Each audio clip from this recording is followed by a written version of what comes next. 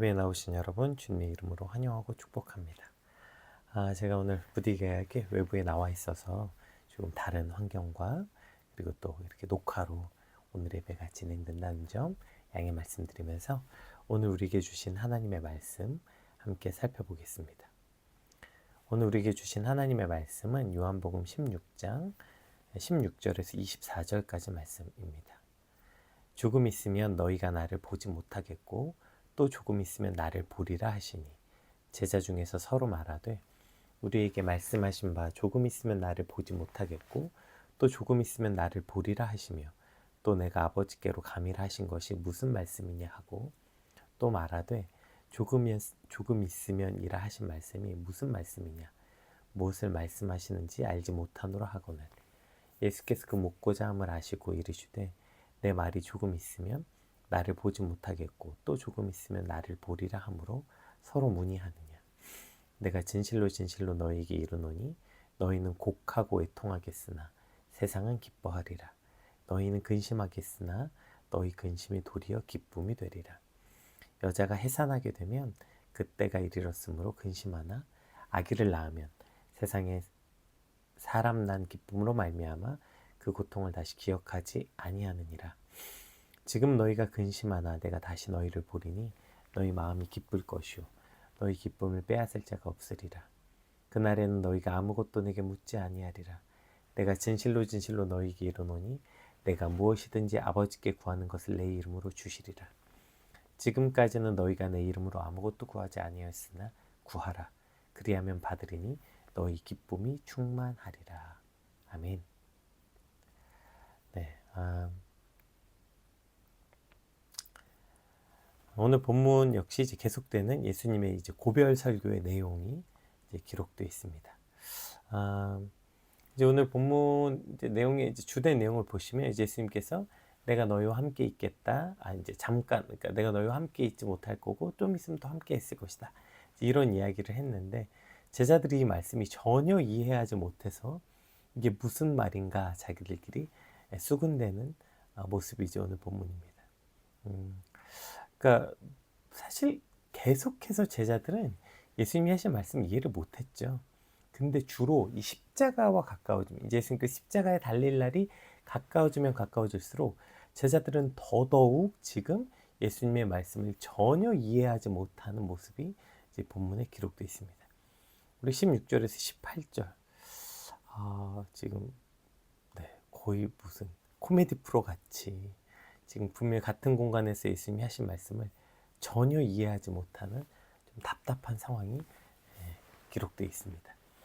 조금 있으면 너희가 나를 보지 못하겠고 또 조금 있으면 나를 보리라 하시니 제자 중에서 서로 말하되 우리에게 말씀하신 바 조금 있으면 나를 보지 못하겠고 또 조금 있으면 나를 보리라 하시며 또 내가 아버지께로 가미라 하신 것이 무슨 말씀이냐 하고 또 말하되 조금 있으면 이라 하신 말씀이 무슨 말씀이냐 무엇을 말씀하시는지 알지 못하노라 하거늘.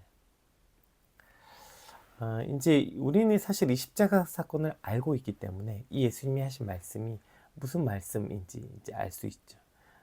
이제 내가 조금 있으면 너희가 나를 보지 못하겠다. 이것은 이제 예수님이 십자가에 달려 죽으심을 말씀하시고 그러나 또 조금 있으면 볼 것이다. 부활하셔서 그 제자들에게 나타나시고 제자들에게 가르치시잖아요. 그래서 지금 예수님이 조금 있으면 나를 보지 못할 것이고 또 조금 있으면 나를 볼 것이다.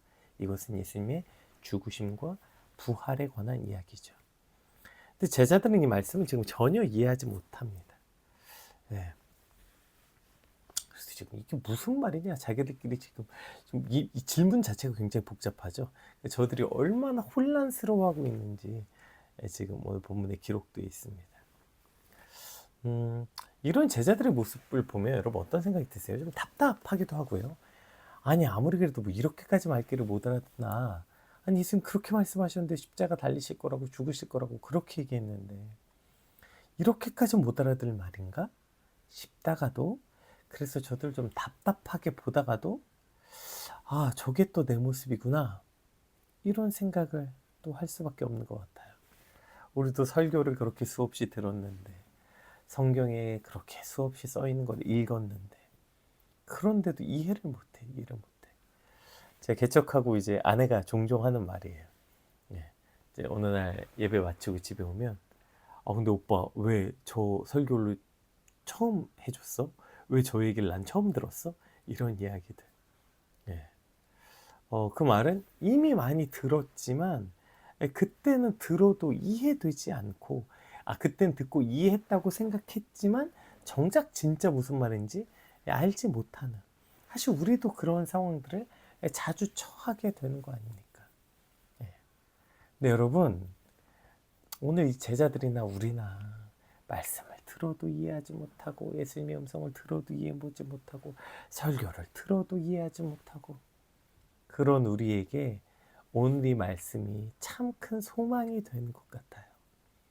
여러분, 결국 예수님이 이렇게 말씀하셨는데도 이해하지 못했던 이 제자들이 전부 다 어떻게 됐죠?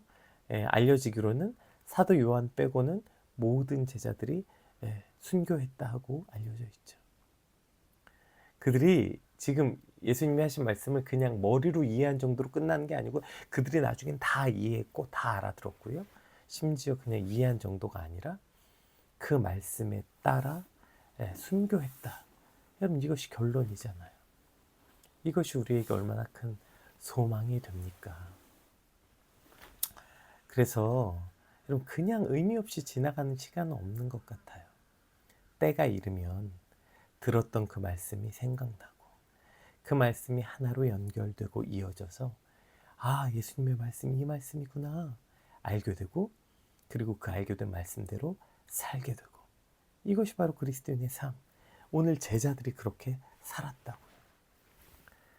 그럼 오늘 여기서 아주 중요한 건요, 예수님이시죠. 예수님. 그러니까 제자들이 알아듣든지 못 알아듣든지 보세요. 예수님이 오늘 이 고별설교 보세요.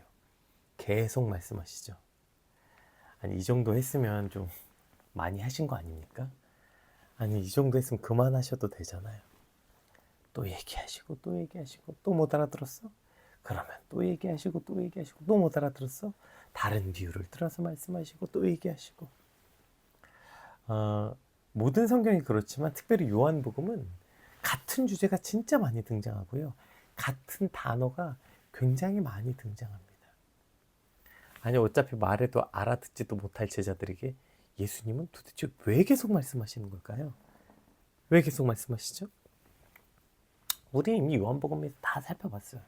요한복음 13장 7절에 예수께서 대답하시되 내가 하는 것은 내가 지금 알지 못하나 이후에는 알리라. 예수님께서 제자들에게 발을 주실 때 그때 너희가 지금 이게 무슨 말인지 모르겠지만 베드로의 질문 앞에 너 이거 나중에 무슨 말인지 알게 될 것이다 말씀하시고 실제 베드로가 알게 되죠. 요한복음 14장 26절 보혜사 곧 아버지께서 내 이름으로 보내실 성령 그가 너희에게 모든 것을 가르치고 내가 너희에게 말한 모든 것을 생각나게 하리라. 아멘. 지금은 이해되지 않고 분명히 말해도 못 알아들을 거 예수님 아셨어요. 그러나 보혜사 성령님께서 오시면, 그때가 되면 성령님이 오셔서 그 말씀을 가르치시고 생각나게 하실 걸 아시기 때문에, 미리 그것을 아셨기 때문에 예수님께서는 못 알아듣는 제자들에게 또 말씀하고 또 말씀하신 거예요. 그 예수님이 한 말이 허망하고 허무하고 의미 없는 게 아니라 그 선포됐던 말씀들이 나중에 분명히 다 생각나고 그것들이 쌓일 것을 아셨기 때문에 그래서 또 말씀하시고 또 말씀하시는 것이죠. 제가 목사로서 종종 이제 목회자로서 현타가 올 때가 있죠. 그러니까 설교를 그렇게 듣고 훈련을 그렇게 받았는데 대화하다가 정말 깜짝 놀랄 만큼 세속적 가치와 정말 깜짝 놀랄 만큼 정말 이게 신앙이 있는 건가? 이런 생각이 드는 어떠한 답들을 듣게 될 때 정말 목회자로서 큰 낙심에 빠지게 되는 것 같아요. 특히 이제 저희가 설교하고 바로 이제 하브루타 하는데, 근데 이제 그 하브루타 할 때 와, 내가 설교를 정말 발로 했구나 이런 생각할 때가 참 많아요. 그런데 오늘 이 말씀이 얼마나 소망이 되는지 모르겠어요. 그냥 흘러가는 시간은 없구나. 그냥 선포돼서 땅에 떨어지는 하나님의 말씀은 없구나. 때론 정말 현타가 올 만큼 아무도 이해하지 못한 것 같기도 하고 때론 그 사람들이 이해가 문제가 아니라 제가 거지같이 말했기 때문이겠죠. 예. 그렇다 하더라도 그러나 그냥 선포되고 그냥 땅에 떨어진 하나님의 말씀은 없구나. 이것이 얼마나 큰 소망입니까? 지금 깨닫지 못할지 모르겠지만 성령님께서 오셔서 그 말씀이 생각나게 하시고 깨닫게 하시고 그 말씀이 쌓여서 나중에 그 말씀대로 살아갈 수 있다는 것, 이것을 소망할 수 있다는 게 얼마나 참 감사한지 모르겠어요. 그래서 목회자로서 쉽게 속단하지 말고 또 조급해하지도 않고 당장 오늘 설교 한번 해가지고 이걸 어마어마한 걸 깨닫게 하게 하는 이런 조바심이 아니라 그저 성령의 도우심을 바라보게 되는 것, 이것이 오늘 제가 설교자로서 오늘 말씀에 대한 어떤 깨달음인 것 같아요. 근데 여러분, 이것은 비단 설교자뿐 아니지 않나요? 성도의 삶 역시 마찬가지 아니에요? 우리 스스로도 도대체 몇 번의 예배를 드립니까? 일주일에도 수없이 예배를 드리고 설교도 또 듣고 또 듣고 또 듣고, 여러분 지금 이 아침 예배 때도 나와서 또 설교를 들으시고 또 성경 펴서 성경 읽으시고 그렇게 말씀을 묵상하는데 무슨 말인지도 모르겠고 예배 시간에 앉아있긴 한데 이게 무슨 의미인지도 모르겠고, 아니 설교 들을 때는 깨달은 것 같아, 그 합으로 탈 때는 뭘 좀 아는 것 같아. 근데 삶으로 돌아가면 아무 의미가 없고 도대체 내가 예배를 왜 드린 건지 설교를 왜 들은 건지, 합으로 타했다 했을 때 나눴던 내 말들이 그냥 얼마나 민망하고 부끄럽기 짝이 없는지 그런 순간들을 맞이하지 않나요? 예. 여러분, 그러나 오늘의 말씀이 그래서 우리에게 소망이 되는 것 같아요. 여러분, 포기하지 마십시오. 여러분이 예배하는 그 시간, 여러분이 설교 듣는 그 시간, 여러분이 말씀을 묵상하는 그 모든 시간, 그 모든 시간들이 절대로 의미 없고 그냥 흘러가지 않게 될 줄 믿습니다.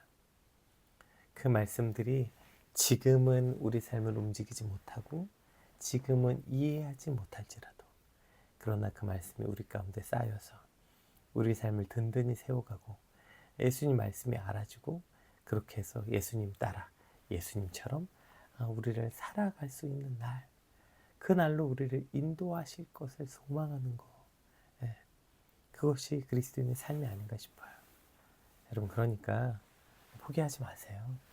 포기하지 마시고 말씀 앞에 있으십시오. 여러분, 예배 앞에 있으십시오. 깨닫든지 못 깨닫든지 그 앞에 있을 때 우리가 언젠가 그 말씀을 깨닫게 하시는 성령님께서 우리 안에 함께 있게 되실 줄 믿습니다. 오늘 마지막 절에 이렇게 얘기하세요. 우리 23주 24절 한번 읽어볼게요. 그날에는 너희가 아무것도 내게 묻지 아니하리라. 내가 진실로 진실로 너희에게 이르노니 너희가 무엇이든지 아버지께 구하는 것을 내 이름으로 주시리라. 지금까지는 너희가 내 이름으로 아무것도 구하지 아니하였으나 구하라. 그리하면 받으리니 너희 기쁨이 충만하리라. 아멘. 그렇게 묻고 물어도 이해하지 못했던 제자들이 그 날이 오면 성령님께서 오셔서 깨닫게 하시고 그 말씀대로 살아가게 할 날이 오시면, 그러면 이제 묻지 않아도 알게 될 날이 올 것이다. 아멘. 여러분, 이것이 우리의 소망 아닙니까? 그렇게 되면 어떻게 돼요? 너희가 무엇이든지 아버지께 내 이름으로 구하라. 예수 그리스도 이름으로 구하라. 이건 예수님 이름을 빌어서 구하면 네 기도가 들어주겠다, 네 소원을 들어준다는 게 아니라 예수 그리스도의 이름, 그 이름에 합당하고 그 가치에 합당한 간구들을 하게 되고 아버지의 뜻이 우리의 뜻과 하나됨을 경험하게 될 것이라는 거죠. 지금은 아직 그 길까지 멀고 멀어 보이지만, 그러나 여러분, 오늘 말씀을 통해서 그날을 소망하기 원합니다. 왜 우리가 호수에 벽돌 던지는 예 많이 쓰잖아요. 여러분 생각해 보십시오. 호수에 벽돌을 던져요. 어떻게 되죠? 벽돌이 가라앉겠죠. 호수는 아무 일도 없었던 것처럼 됩니다. 그런데 벽돌을 또 던지고 또 던지고 또 던지면 어떻게 될까요? 바닥에 벽돌이 쌓이겠죠. 그리고 이제 수면 위까지 벽돌이 쌓이면 그 다음부터 던지는 벽돌은 호수 위로 쌓여지는 것처럼, 오늘 우리가 하나님께 말씀을 또 듣고 말씀을 또 묵상하고 예배를 드리고 드리면 그렇게 우리 안에 하나님의 말씀이 쌓여서 그 말씀이 생각나고 그 말씀대로 살아갈 날이 올 줄 믿습니다. 성령님께서 우리에게 오셔서 진리로 우리를 비추실 때, 그때 그 모든 말씀이 생각나고 그 말씀에 따라 살아가는 저 여러분 되시길 주님으로 축복합니다. 우리 19절에서 22절까지 말씀 한번 읽어볼게요. 예수께서 그 묻고자 함을 아시고 이르시되 내 말이 조금 있으면 나를 보지 못하겠고 또 조금 있으면 나를 보리라 함으로 서로 문의하느냐. 내가 진실로 진실로 너희에게 이르노니 너희는 곡하고 애통하겠으나 세상은 기뻐하리라. 너희는 근심하겠으나 너희 근심이 도리어 기쁨이 되리라. 여자가 해산하게 되면 그때가 이르렀으므로 근심하나 아기를 낳으면 세상에 사람 난 기쁨으로 말미암아 그 고통을 다시 기억하지 아니하느니라. 지금 너희가 근심하나 내가 다시 너희를 보리니 너희 마음이 기쁠 것이요 너희 기쁨을 빼앗을 자가 없으리라. 그날에는 너희가 아무것도 내게 묻지 아니하리라. 우리 22절까지만 한번 같이 읽어보겠습니다. 예수님께서 이제 지금 못 알아듣는 제자들에게 또 말씀하세요. 잠시 너희가 나를 보지 못하겠고 잠시 너희가 곡하고 애통할 것이다. 그러나 조금 후에 부활하신 예수님, 그 영원한 예수님을 보게 되고 그러면 너희가 곡하고 애통했던 그 일이 어떻게 된대요? 기쁨이 될 것이다. 네. 마치 이것을 여자가 해산하는 것, 아이를 낳는 비유. 그래서 해산할 때 고통이 크지만 그러나 그 잠깐의 고통이 지나면 그 아이의 생명이 자라나는 것을 보고 그 기쁨이 커서 해산의 고통을 잊는 것처럼 우리가 이제 그 날이 오면 이러한 기쁨을 누리게 될 것이다. 이렇게 말씀하시는 것입니다. 지금 예수님께서 계속 말씀하시는 오늘 본문의 포인트가 여기 있어요. 너희가 잠시 나를 보지 못할 것이다. 너희가 잠시 기쁨과 소망을 보지 못한다. 그러나 그 잠시가 지나고 나면 부활하신 예수님을 볼 수 있을 거고 그 잠시의 그 고통과 잠시의 곡하는 거, 애통함이 지나면 그러면 그 잠시의 근심이 무색할 만큼 완전한 기쁨을 회복시키실 것이다. 이것을 오늘 우리에게 소망으로 주고 계시는 거죠. 여러분 이것이 우리가 잘 아는 히브리서가 기록한 믿음의 정의 아닙니까? 히브리서 11장 1절에 믿음은 바라는 것들의 실상이요 보지 않는 것들의 증거다. 믿음은 보지 못한 것들을 믿음으로 보는 게 믿음이다 라고 말하고 있는 거예요. 믿음은 십자가만 보이는 게 아니라 십자가 넘어 부활의 영광을 보는 것이다.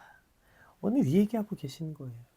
십자가를 보면 잠깐 나를 못 보는 것 같고 곡하고 애통하는 것 같지만 뭐라고요?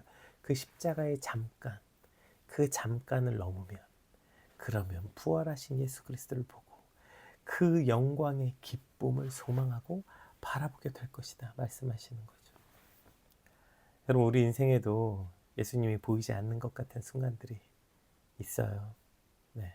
또 기도해도 아무리 기도해도 응답이 없는 것 같고 하나님이 침묵하시는 것처럼 느껴지는 순간이 있습니다. 그런 오늘 예수님 말씀하시는 거예요. 그 잠시의 어두움 후에 잠시의 침묵 후에 영광을 주시겠다. 영광을 바라보게 하겠다.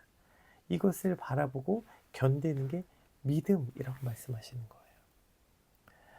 예수님은 절대로 침묵하시지 않아요.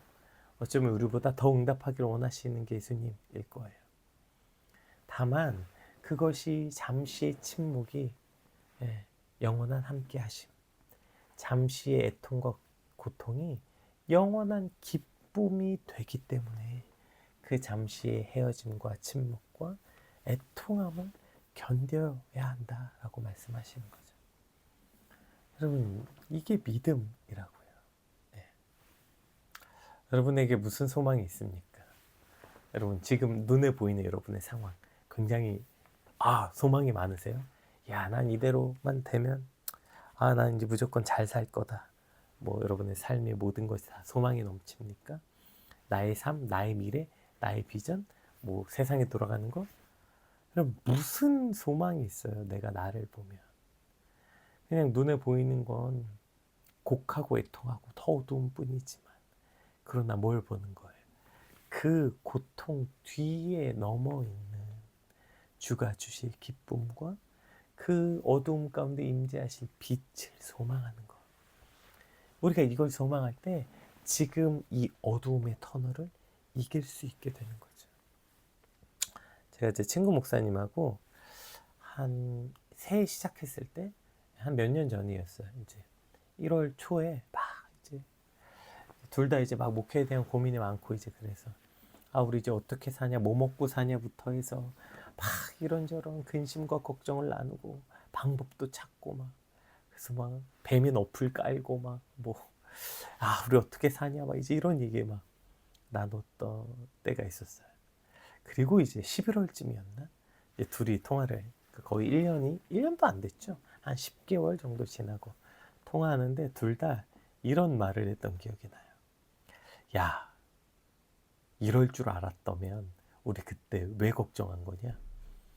야, 이렇게 될 줄 알았더라면 그때 우리가 했던 고민들, 치열하게 늘어났던 그 말들이 정말 허망하고 좀 민망하게 느껴질 만큼 하나님은 우리 삶을 인도하시고 이끄셨는데 참 믿음도 없다, 이런 얘기 했던 것 같아요. 물론 그걸 몰랐으니까 하나님께 매달려서 하나님께 간구했겠지만, 그럼에도 불구하고 참 동시에 믿음 없다, 참 믿음 없었다, 이걸 볼 수밖에 없는 거. 그저 눈 앞에 있는 잠시의 곡하고 애통하는 것으로 나의 미래를 걱정하고 염려하는 것이죠. 그러나 믿음은 뭐예요? 믿음으로 이 잠시의 헤어짐, 잠시의 슬픔, 잠시의 애통 너머의 완전한 기쁨을 바라보는 것. 여러분, 이것이 믿음 아닙니까? 근심 후, 환난 후에 그 뒤에 오는 기쁨을 바라보게 되길 주님의 이름으로 축복합니다. 특별히 우리 스스로를 볼 때 그런 것 같아요. 여러분이 여러분 스스로를 판단할 때 어떠세요? 여러분은 굉장히 소망이 있는 사람입니까? 아니 뭐 나의 미래 이런 거 소망 말고 나라는 존재 자체예요. 사실 정말 소망 없지 않아요? 이제 좀 섰나 싶으면 또 무너지고, 이제 좀 믿음으로 섰나 싶으면 또 밑바닥이고, 이제 회개했나 싶으면 또 똑같은 죄에 또 넘어져 있고, 아니 이전보다 더 죄악 가운데 뒹굴거리고 있고, 이런 나를 볼 때 너무 낙심되고, 이런 나에게 너무 소망이 없지 않나요? 지금은 우리의 모습이 그래 보이지만, 지금은 그래서 근심하지만, 죄로 무너져 있지만, 그러나 그 부활하신 예수 그리스도를 통해 우리가 다시 일어나고 다시 온전케 될 날을 소망할 수 있게 되는 거예요. 이 말씀이 오늘 우리를, 나 스스로 판단할 때도 지금의 무너진 나와 지금의 어두움 가운데 있는 내가 아니라 믿음으로 다시 일어서서 주를 소망하고 찬양할 그 나의 모습을 미리 믿음으로 보게 될 때, 그것이 저와 여러분의 소망, 비전이 될 줄 믿습니다. 여러분, 지금 그 모습 그대로 우리 끝나지 않습니다. 지금 넘어진 대로 절대로 끝나지 않아요.